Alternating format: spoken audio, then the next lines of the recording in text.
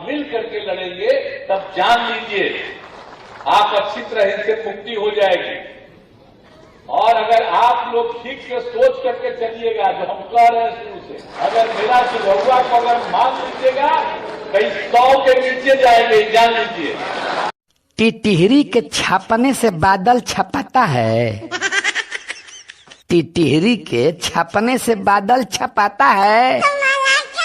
सुझौआ आपका मानेंगे आपको बुझाता है। 6 महीना साल भर पर पलटी माराता है।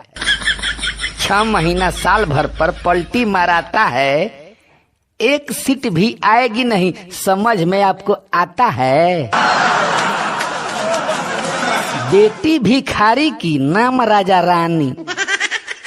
बेटी भिखारी की नाम राजा रानी। 24 में पब्लिक आपको भरेगी पानी।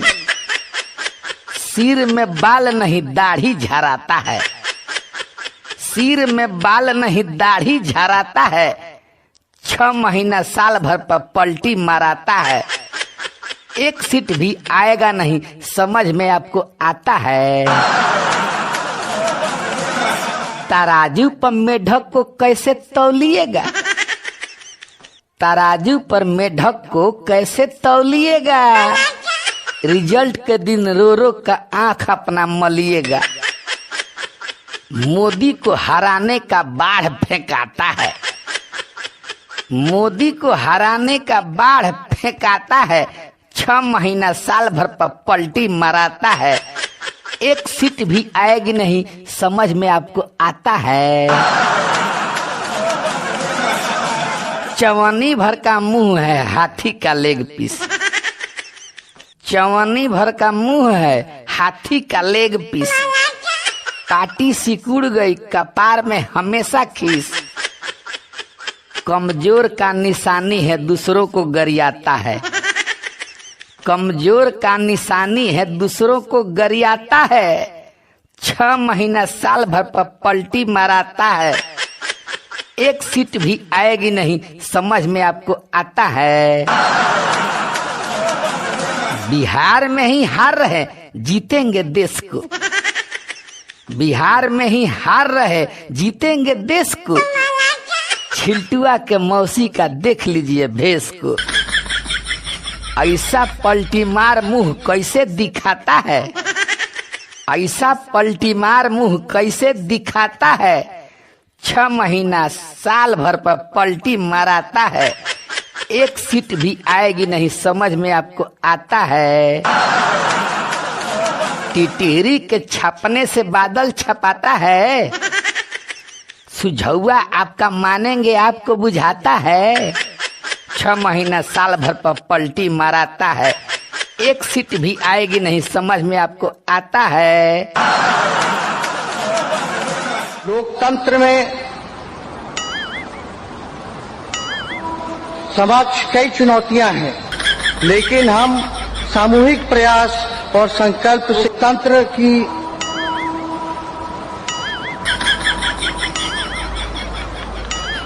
देखकर जिसे पढ़ने नहीं आता वो बिहार चलाएगा। देखकर जिसे पढ़ने नहीं आता वो बिहार चलाएगा। मूर्खों का ये नेता भला मोदी को हराएगा। ऐ क ख ग सुनाओ तो। बिहार में जितने अनपढ़ है इसको नेता समझते हैं। बिहार में जितने अनपढ़ हैं इसको नेता समझते हैं। बिना बात को समझे हुए सपोर्ट इसका करते हैं। गोबर छाप ये अनपढ़ नेता। गोबर छाप ये अनपढ़ नेता विकास क्या कराएगा। मूर्खों का ये नेता भला मोदी को हराएगा। ए क ख ग सुनाओ। इससे अच्छा तो राबड़ी थी जो सचिवालय को शौचालय बोलती थी। इससे अच्छा तो राबड़ी थी जो सचिवालय को शौचालय बोलती थी। कम से कम बिना कागज का बात पर नहीं डोलती थी। चैलेंज है मेरा ये कभी, चैलेंज है मेरा ये कभी नहीं ABCD सुनाएगा। मूर्खों का ये नेता भला मोदी को हराएगा।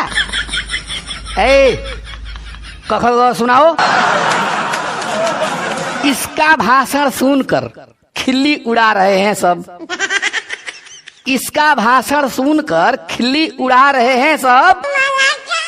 बिहार को निचले दर्जे का राज्य बता रहे हैं सब।